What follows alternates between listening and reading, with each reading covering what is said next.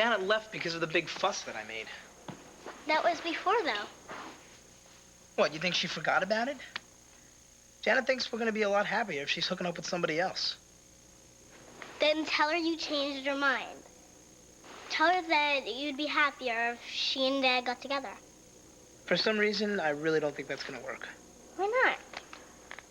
Just trust me on this one, okay? That's it. Then we could write a letter to Axel. Saying what? Saying how much we love Mommy. And how much Daddy loves her, too. And we could send him a picture of all of us. You know, Mommy and Daddy, and then you and me.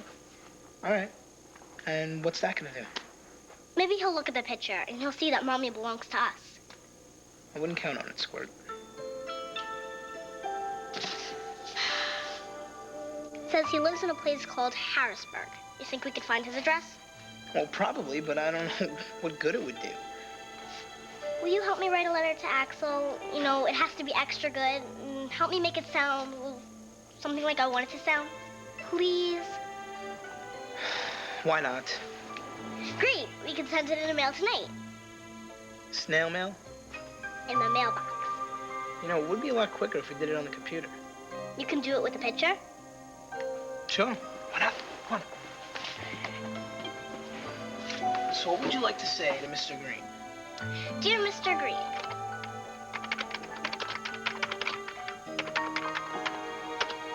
remember me?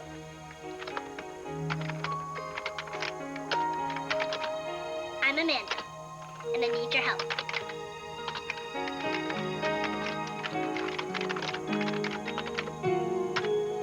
You can drop the act, the calm, cool.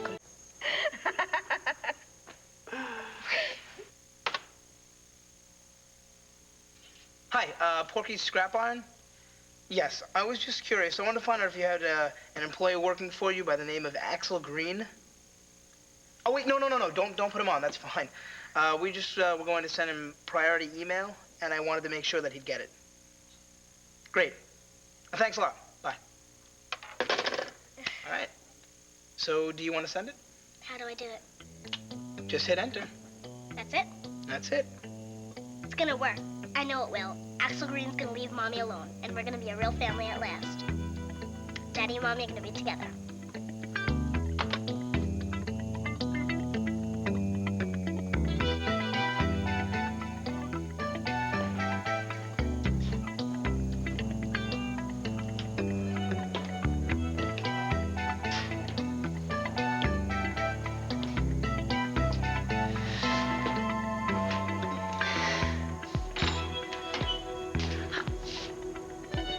Oh.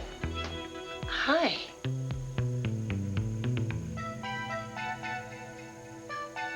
Who are you? I'm Please. I thought you had a meeting with a client. He canceled. Is there a problem me coming to my kid's parent-teachers conference? I mean...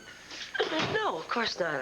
It's right here. I got it right here. I wrote it down in my book last December when we didn't have this problem of you and me doing stuff together.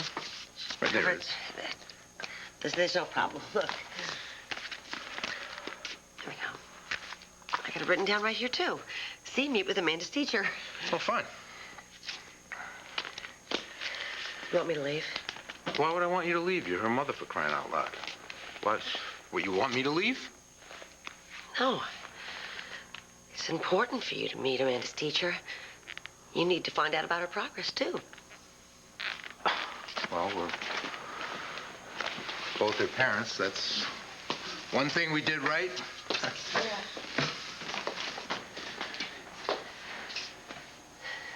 Has Amanda talked to you about what's going on? About what? Trevor, just say it. Well, it's tough for Amanda, all these changes, you know. At one point, she thinks you and I are finally getting together, that we're gonna get... And then this Axel guy shows up. Well, what are you saying to her? About this, nothing. I mean, what can I say? How do you tell your kid that your mother's tanking on the 1-yard line? Axel and I are very happy together. That is the crock and you know it. She can see right through it. Look, it's affecting her concentration. Half the time she's in a fog, half the time she's depressed. She's just not herself. Are you saying it's my fault? The heart wants what it wants. Isn't that what the guy says? To hell with everything else? I'm just saying she needs some support right now, that's all. Well, then why don't you give her support instead of hiding out in my bathroom spying on me? I care about you, for crying out loud. Is there a problem? No, Is there a problem? It was me, Your Honor. Honest, it was. You give it back to me right now. All right, now, let's see. Oh, yes, Amanda. Well, Amanda's extremely proficient verbally. Well, yeah, of course she is. She gets that from her mother. The vocabulary, the grammar, straight from the horse's mouth, the whole 9 yards. Well, she tests on an 8th grade level. Oh. And her writing is on a 6th grade level. Of course, her penmanship could use a little work, but then not to worry, they all improve. Well, are you saying that maybe she should be... Practice, practice, practice. Now, her math skills are excellent.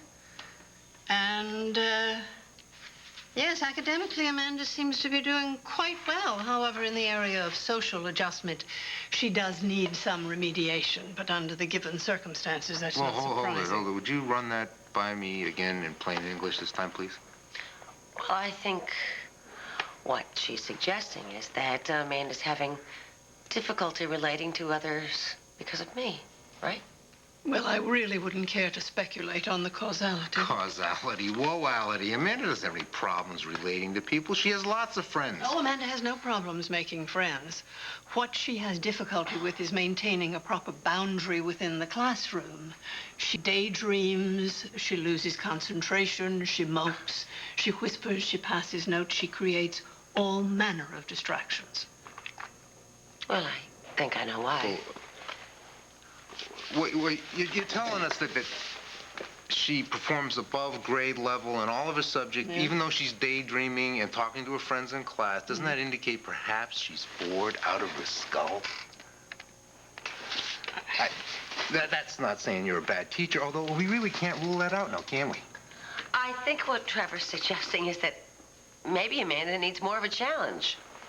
Every child's program is individualized to his or her own skill level. Individualized? You don't even know my kid. You have to keep referring to your notes to find out what she's doing in the classroom. Excuse me, Mr. Dillon, are you a trained teacher? No, he's not. But he's a terrific father, and he knows his daughter very well. And if he feels Pardon that she's me. being shortchanged... If you think for one moment I'm going to sit here and accept criticism from the likes of you... Whoa, hold it right there, Toots. This is her mother you're talking to. You have any cracks about her, you gotta come through me first.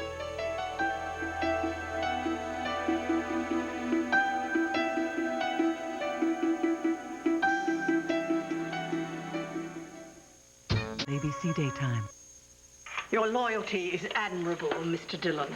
But the fact is that this woman... Time out. Isn't that what you say to the kiddies when they step over the boundaries? Yes, but I hardly I think am not your concern. It's Amanda that we're talking about here. She's our only concern. Yes, that's true. Good. So let's stick to plain English here. I will, get Amanda to button her lip in class and focus on developing your concentration skills. Yes, well, that would be helpful. And if you could talk to Amanda's guidance counselor. She's a smart kid. We think she'd do better in an accelerated program. But it's almost the end of the school year. Better late than never, ain't it there, Mrs. Overby? Yes. Well, perhaps she would benefit from a new environment. I tell you what, I'll go and see Mrs. Zimmerman in the guidance office and see what she has to say. Now, I'll be right back. The nerve of that dame. What does she mean by new environment? Blaming her failures on us. On me. Trevor, what you said before about me and Axel. No, that's different. That's not the problem. I don't think so either. But thanks for sticking up for me. Hey, we gotta stick up for each other. She's our kid. I knew she didn't like this teacher. Never heard this in my kid. And mine. Amanda's the best. You're the best.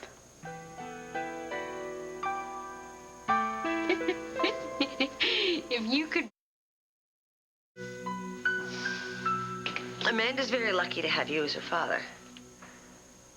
It's not every man who would be willing to put his feelings aside in order to have a united front. Whatever happens between you and me, can't let it affect the kids. They come first. Like, Tim and Amanda cannot suffer on our account. I never wanted you to suffer. I just thought we'd all be better off. I found someone in the hallway. He says he's going to be Amanda's stepfather. Am I late? Oh, yeah, pal, you definitely did miss the boat. Axel, could you please wait outside? Absolutely. Amanda comes first. Mrs. Overby, the guidance counselor, did you make any progress there? Oh, yes. We have scheduled a full battery of placement tests for Amanda, including the entrance examination for the gifted and talented program. That's our Amanda, gifted and talented, huh? Every child is gifted and talented, Mr. Dillon. Now, if there's nothing further, we are running a little late, and I have other parents waiting. Well, we do appreciate what you've done. Yeah, thanks a lot. You know, I think we've really achieved something. We've made progress tonight. We think so, too.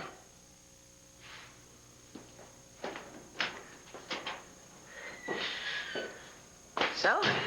Gifted and talented, I like the sound of that. I'm sorry about Axel showing up here unexpectedly. Yeah, well, I guess I gotta get used to it. Axel being in your life and all. He's not Amanda's father. He never will be. No one could ever replace you. That's what I keep trying to tell you, babe.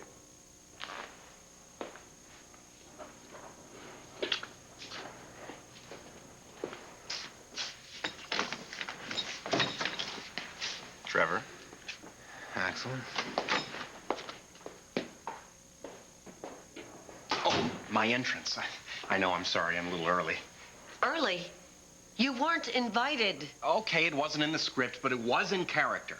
You know, Axel's proprietary attitude. He would be there for the woman he loves. Besides, if we're gonna convince Trevor that we're a couple, we've got to act like a couple. Right? I'll be out.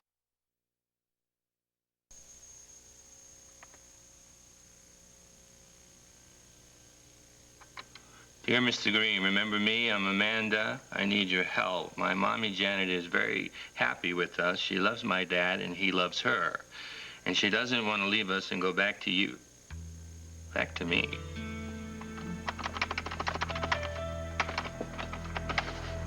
Is that you, Janet? Well, I heard you'd have plastic surgery, but you are one fine-looking female. Maybe I was too quick to let go of you. How about if I take a little trip to, Pine Valley?